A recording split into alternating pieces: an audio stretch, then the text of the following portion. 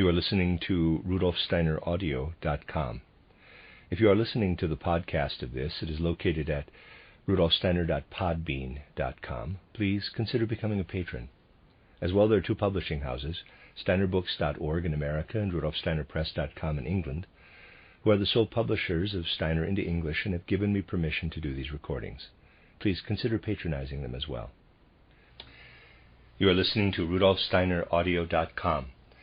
This is the last lecture, as it were, lecture 14, but is in fact the closing address of a cycle of lectures that Rudolf Steiner gave in Ilkley, Yorkshire in 1923, entitled A Modern Art of Education. This closing address was given on August 17, 1923. I have already expressed my gratitude to the committee, to Miss Beverly, and to all of you who have devoted the past 2 weeks to studying our subject. Rest assured that a warm sense of gratitude will remain with me as a pleasant memory of this lecture course. Now I just want to add a few words to the perspectives expressed in the lectures. Most of you are familiar with the relationship between Waldorf educational principles and spiritual science as it exists in the anthroposophic movement. And perhaps as we close this conference, you will allow me to say a few words on this subject. People today still have an erroneous view of the anthroposophic movement, perhaps because one of my wishes, however impractical, cannot be fulfilled.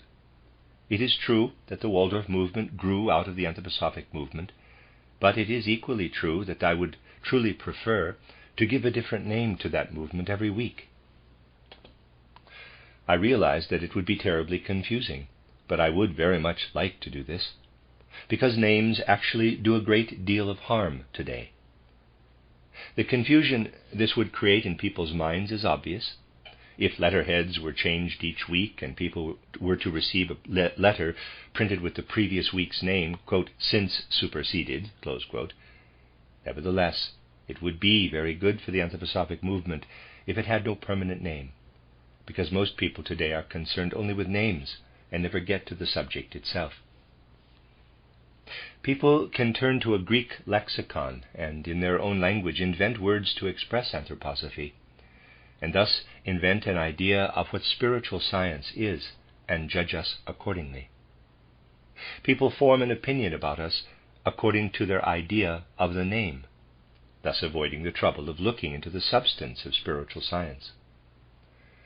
The book table at the door of this hall has disappeared, but I assure you that I shuddered every day as I arrived and saw the mass of literature there.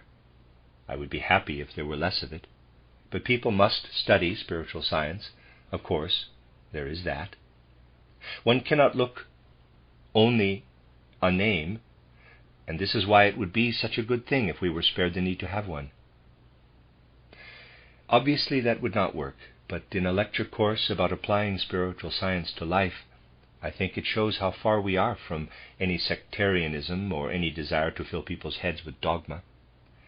The only goal of spiritual science is to acquire knowledge of the essence of cosmic truths. And if there is any wish to participate constructively in evolution, it is essential to truly understand the world's events. It is sad that there is so little inclination to look into the course of world events today, but this is in fact the purpose of spiritual science. This too is why we can speak of special areas such as education without beginning with a scheduled program or the like.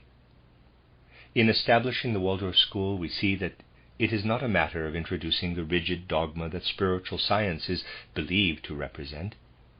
Rather, we never introduce anything of spiritual science as it is intended for adults.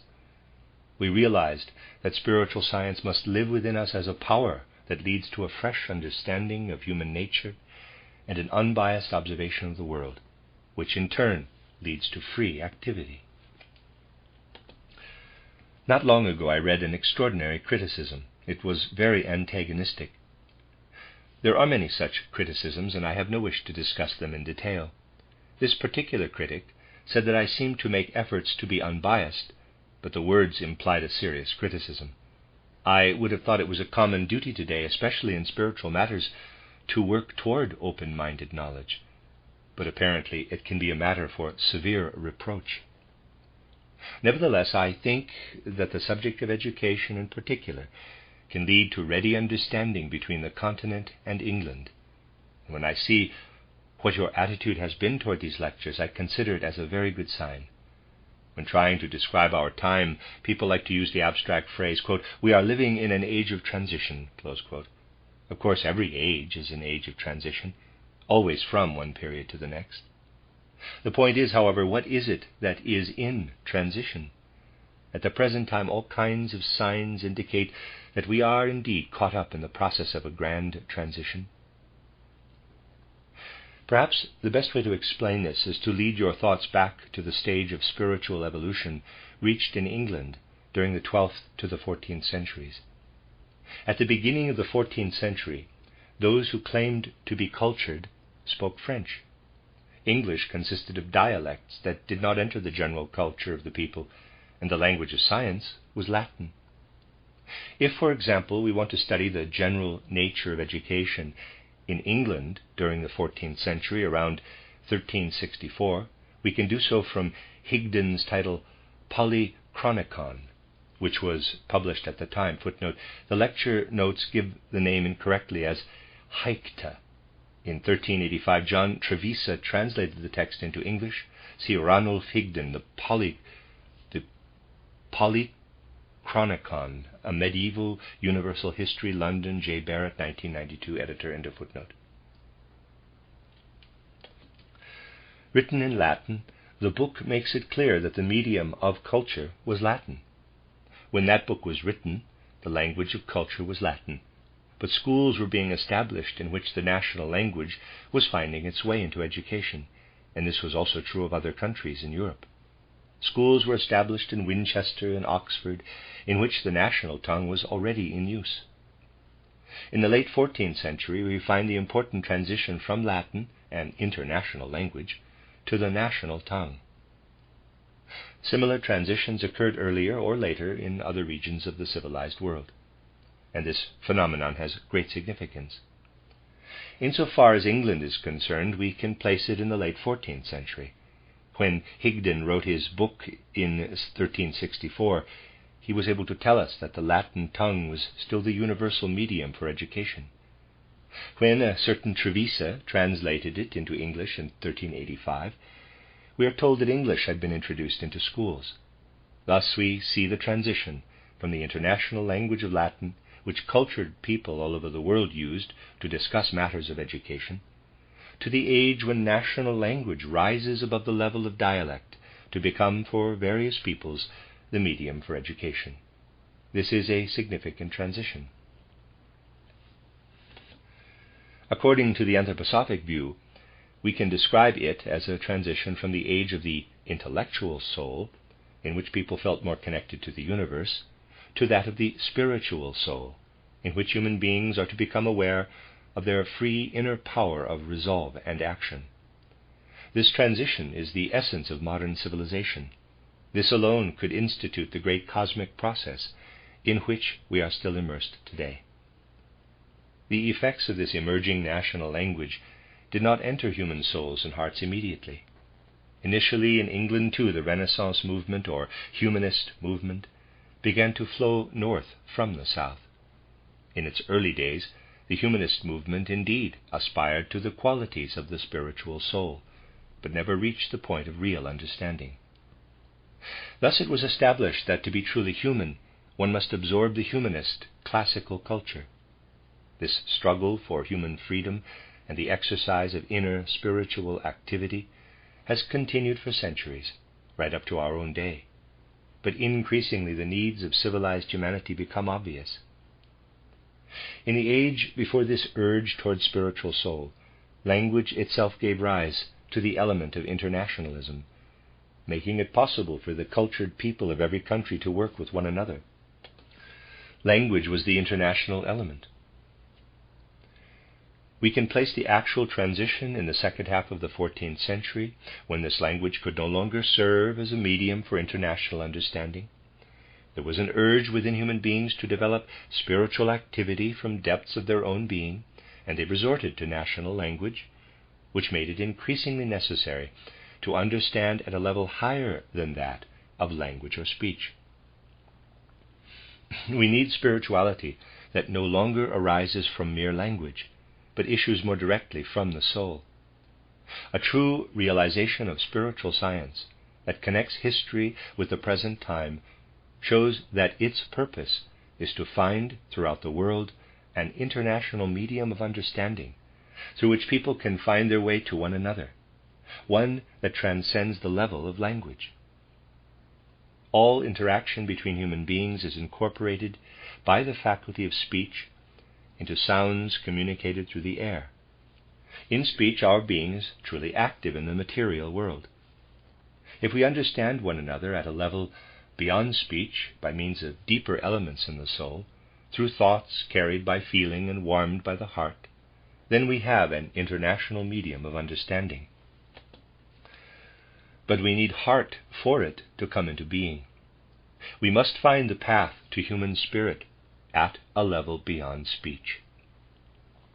The search for a language of thought and everything related to philosophy, education, religion, and art is the purpose of the anthroposophic movement during the present period of history. Ordinary speech lives and moves through the medium of air and exists in the material world. The language that spiritual science looks for will move through the pure element of light, passing from soul to soul and heart to heart. And this is not just a figure of speech. Modern civilization will need such a medium of understanding, not just for the matters of high culture, but also for everyday life. Before this can be realized, of course, many different kinds of conferences will be held, but during recent times the fruitfulness of such congresses for healing human beings has not been very apparent. The anthroposophic movement would like to intercede for a true healing of humankind, which can arise only through mutual understanding.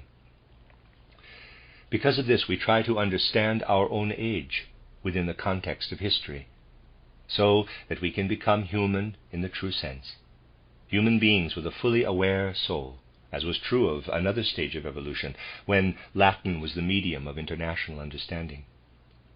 The function once served by Latin must now be taken up by universal human ideas, through which we can find our way to other people all over the earth.